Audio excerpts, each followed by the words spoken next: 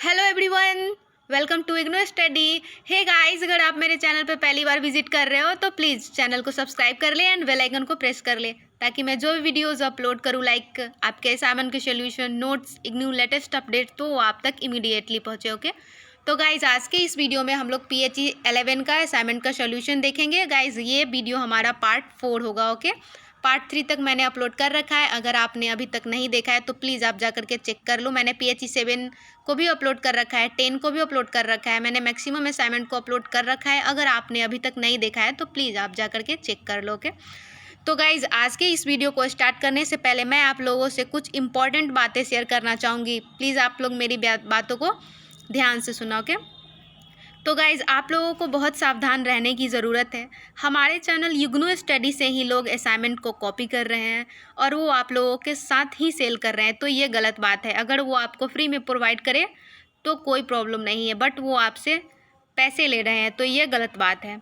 तो गाइज़ ऐसे में आप लोगों को बहुत सावधान रहने की ज़रूरत है। अगर गाइज़ आप उनका कमेंट देखना चाहोगे तो मैं आपको नेक्स्ट वीडियो में दिखा दूँगी, अगर आप कमेंट करते हो तो।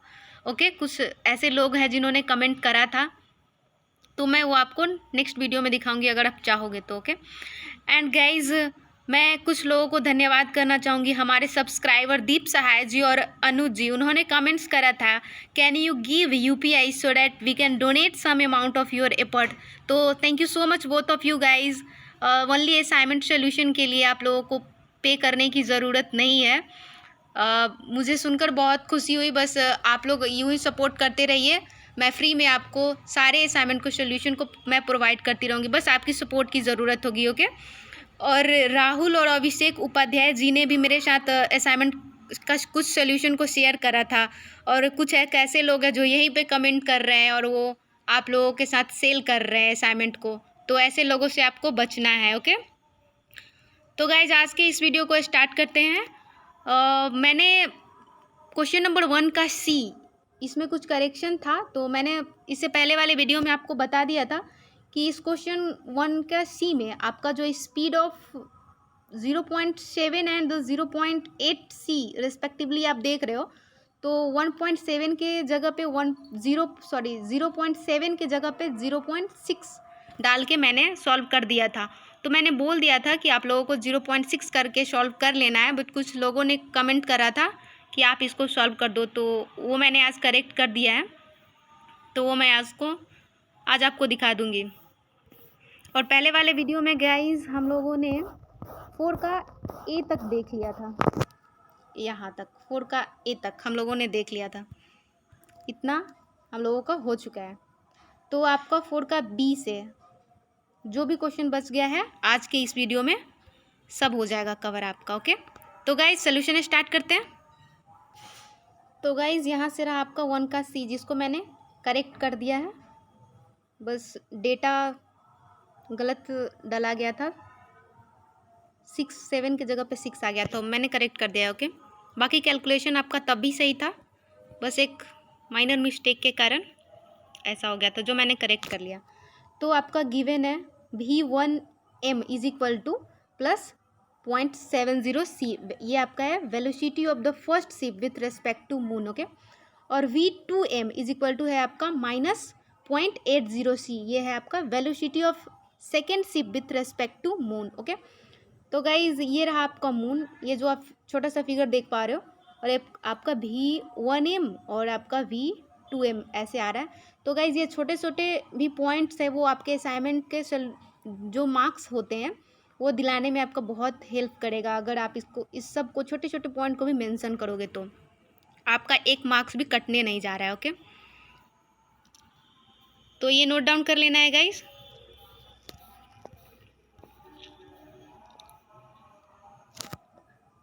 और आपका फाइनली यहाँ पे लास्ट आपका आंसर आ गया। ठीक है,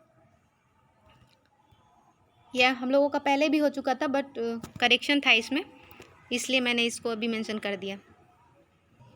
तो गाइज हम लोगों का 4 का A तक तो हो गया था, हम लोग 4 का B देखेंगे यहाँ से। ठीक है, तो आपका 4 का B क्वेश्चन है, और reactor is producing energy at the rate of 32 × 10⁶ watts how many atoms of U-235 undergo fission per second? Okay, तो assume that on the average energy of 200 mega electron volt is release पर fission. Okay, ये आपका 5 marks का. ठीक है, तो हम लोग सोल्यूशन देखते हैं.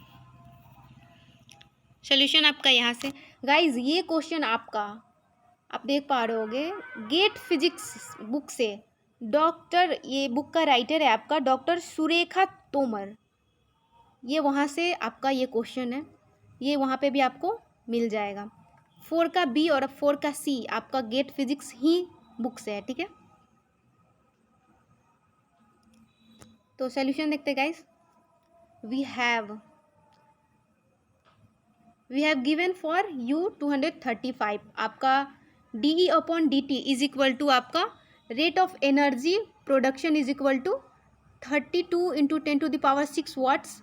इसीलिए E इज इक्वल टू आपका energy produce per second is equal to आपका 32 इंटू 10⁶ जूल सेकेंड. चूँकि वाट इज इक्वल टू आपका जूल पर सेकेंड होता है, इसीलिए 32 इंटू 10⁶ जूल सेकेंड हो गया. ठीक है, और यहाँ से एवरेज, एक मिनट, और यहाँ से आपका average energy released per fission is equal to आपका गिवन है 200 मेगा इलेक्ट्रॉन वोल्ट. ठीक है, आगे बढ़ते हैं. तो आपका यहाँ पे ई एवरेज हो गया, आपका ई एवरेज हो गया यहाँ पे 200 mega electron volt is equal to 200 into 10⁶ into 16 into 10⁻⁻14 joule. चूँकि आपका 1 m इज इक्वल टू होता है 10⁶ और 1 electron volt is equal to आपका होता है 16 इंटू 10⁻⁻19 जूल. ठीक है, आगे बढ़ते गाइस. तो now we have to find number of atoms undergoing fission per second.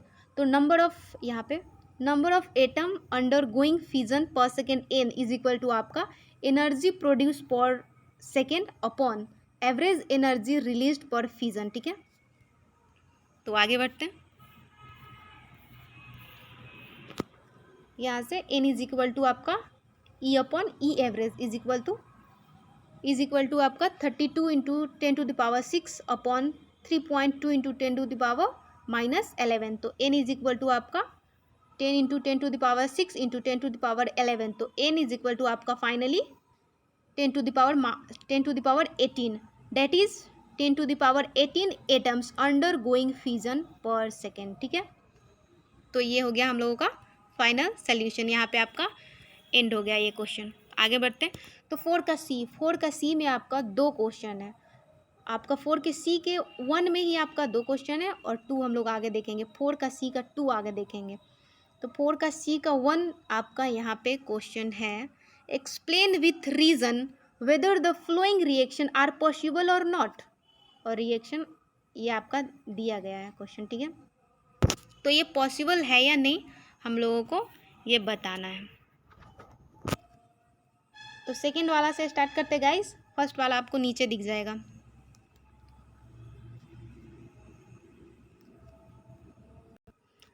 Parity is conserved, isospin 1 + 1/2 1/2 + 1 is conserved. Okay, आगे बढ़ते हैं.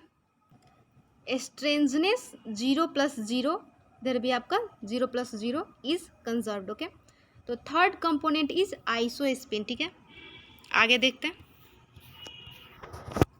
सब आपको नोट डाउन कर लेना है. This process is also classified as a strong process because parity, isospin, strangeness and third component of isospin are conserved. Okay, so this is possible. Okay, तो ये क्वेश्चन आपका एंड हुआ. तो ये 1 नंबर, पहले हम लोगों ने 2 नंबर को देखा, तो ये यहाँ से आपका 1 नंबर, ये रहा आपका रिएक्शन. ठीक है, तो वी हैव नोट डाउन कर लेना है. ओके, और इस वैल्यू को रिएक्शन में हम लोगों को डाल देना है. ठीक है, तो we have the all values in this above equation but we don't find LHS is equal to RHS, so this given reaction is not possible. okay, तो आगे बढ़ते गाइज, ये क्वेश्चन आपका एंड हो गया। 4 का सी का 2 नंबर में अब हम लोग आ गए, जहाँ पे आपको क्लासीफाई करना है, classify the following particles as, यहाँ से आपका anti leptons, baryons and mesons. Okay, तो ये डेटा दिया गया है, आप लोगों को इसमें से क्लासीफाई करना है कि इसमें से कौन एंटी लेप्टॉन्स है, कौन वैरियॉन्स है और कौन मेसॉन्स है। ओके, तो सोल्यूशन देखते हैं गाइस। तो आपका एंटी लेप्टॉन्स ये म्यू प्लस और आपका ई प्लस है, तो म्यू प्लस को हम लोग also known as muon positive या एंटी म्यूऑन बोलेंगे, ठीक है, और ई प्लस को हम लोग ऑल्सो नोन एज बोलेंगे पॉजिट्रॉन, ठीक है। इसका चार्ज आपका +1 हो गया, मास आपका ये गिवन है, और ई प्लस का आपका चार्ज यहाँ पे गिवन है और आपका मास यहाँ पे रहा, तो ये सबको नोट डाउन कर लेना है। ओके, आगे बढ़ जाते हैं हम लोग। यहाँ से आपका सेम उसी तरह वैरियॉन्स का यहाँ पे आपका दिया गया है, सिग्मा नॉट का मास आपका ये है, आइसोस्पिन ये है, डीके नोट्स आपका यहाँ से रहा, तो ये सब नोट डाउन कर लेना है। ओके, और लास्ट क्लासिफिकेशन आपका रह गया मेसॉन्स का, ठीक है, पाई नॉट और ईटा नॉट का, ठीक है। तो मास ये आपका दिया गया है, डीके मोड्स, ये सारा डेटा को नोट डाउन कर लेना है, ठीक है। आगे बढ़ जाते हैं हम लोग। नेक्स्ट क्वेश्चन आपका 4 का डी आ गया यहाँ से, तो 4 का डी आपका क्वेश्चन है, the mean life of radioactive element is 17.31 months, calculate the time required for 75% of the element to decay. Okay, तो सोल्यूशन देखते हैं। तो सोल्यूशन यहाँ से आपका स्टार्ट होता है। गाइस, स्टार्ट करने से पहले हम लोग बता दूं मैं पहले आपको कि ये क्वेश्चन आपका दिया कहाँ से गया है। तो गाइस, ये क्वेश्चन आपका इग्नू के ही बुक से, PHE 11 के आपके 4th ब्लॉक से, यूनिट 12 का ये SAQ का 1 नंबर क्वेश्चन है आपका, सेम है, बस आपका डेटा यहाँ पे जो 17.31 देख पा रहे हो आप, बस सेम यही चेंज है, बाकी टोटल आपका सेम है, ठीक है। तो अब हम लोग स्टार्ट करते हैं। तो here we have mean life को हम लोग टाउ से डिनोट करते हैं। ओके, ये आपका है 17.31 मंथ्स। ओके, और half life is given by T half is equal to आपका average life tau into L into N2। Okay, आगे बढ़ते हैं। T half is equal to आपका 17.31 मंथ्स इंटू 0.693। ओके, तो T half is equal to आपका यहाँ से आ गया 11.996 मंथ्स। ओके, तो since 75% of substance decay only 25% remains mean, if we have total initial substance is equal to N naught. Okay, then if 75% decay then remain N। तो आगे बढ़ते हैं, आपका N of T is equal to N naught upon 4। Okay, आगे बढ़ते हैं। in term of the half life we can write N of T is equal to आपका N not half to the power आपका T upon half. Okay, यहाँ पे तो यहाँ से आपका कैलकुलेशन नोट डाउन कर लेना है, सही से लिखना गाइज, यहाँ से आपका एक नंबर भी कटना मुश्किल ही नहीं, नामुमकिन होगा, क्योंकि कैलकुलेशन बहुत बार मैंने चेक करा है, तब जाके मैंने फाइनली लिखा है। ओके, तो बस आप लोगों को यहाँ से देख करके सही लिखना है, ठीक है। तो फाइनली आपका T is equal to value आपका आ गया 23.9917 मंथ, ठीक है। If 1 month is equal to 30 days, okay. तो टी इज इक्वल टू आपका ये इतना सेकेंड हो जाएगा। आप मंथ में भी लिख सकते हो, आप सेकेंड में भी लिख सकते हो, कोई दिक्कत नहीं है, ठीक है। तो ये क्वेश्चन भी हमारा एंड हो गया 4 का ई में। अब 4 का ई क्वेश्चन हमारा रह गया।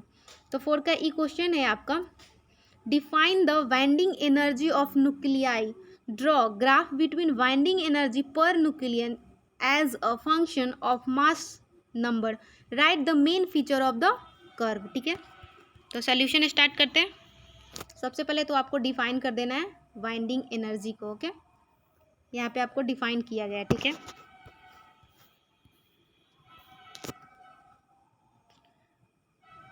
देन आपको ये ड्रॉ कर लेना है, ये ड्रॉ कर लेना है, ठीक है।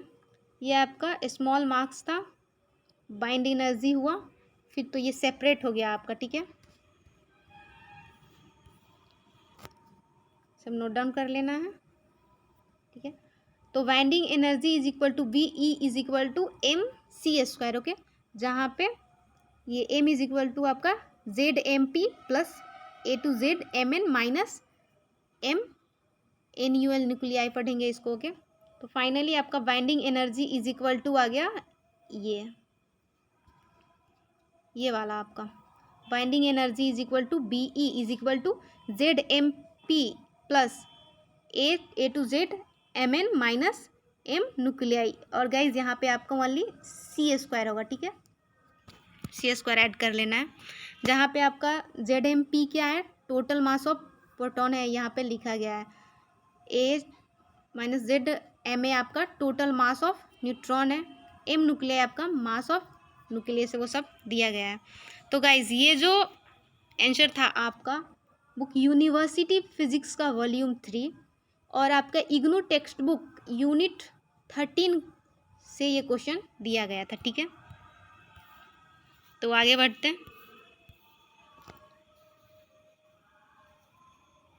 ये आप लोग देख नहीं पा रहे होंगे मे बी, तो मैं रीडिंग डाल देती हूँ।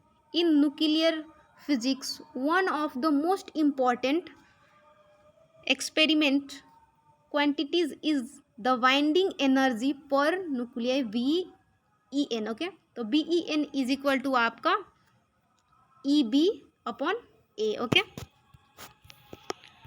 तो इसके नीचे ये ग्राफ देख पा रहे होंगे आप, मैंने ग्राफ का ये हाथ से ड्रॉ किया गया है, तो अगर दिख नहीं पा रहा होगा तो वो नीचे मैंने मेंशन कर दिया है, वहाँ से देख लेना है आपको। तो ग्राफ बनाने के बाद ये फीचर, कर्व का फीचर आप लोगों को लिख देना है, ये पॉइंट्स, ओके। तो आगे बढ़ जाते हैं। ये यहाँ पे आपको ग्राफ सही से दिखेगा, ठीक है, देख पा रहे होगे आप लोग। तो ये भी पॉइंट था आपका कर्व का फीचर का, ये भी नोट डाउन कर लेना है, ठीक है।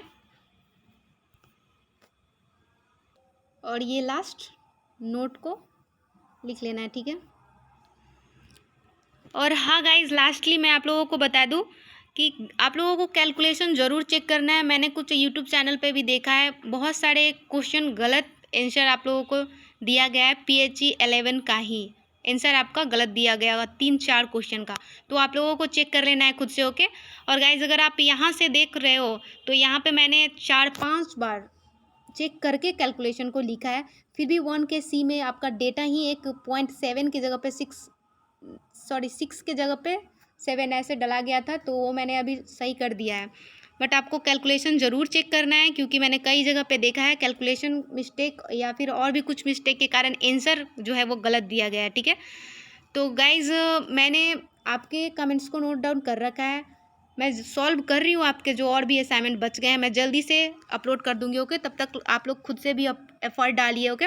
तो thank you so much for watching guys, and please don't forget to subscribe this channel, and please do share, like and comment. Okay guys, thank you, and please stay safe, okay.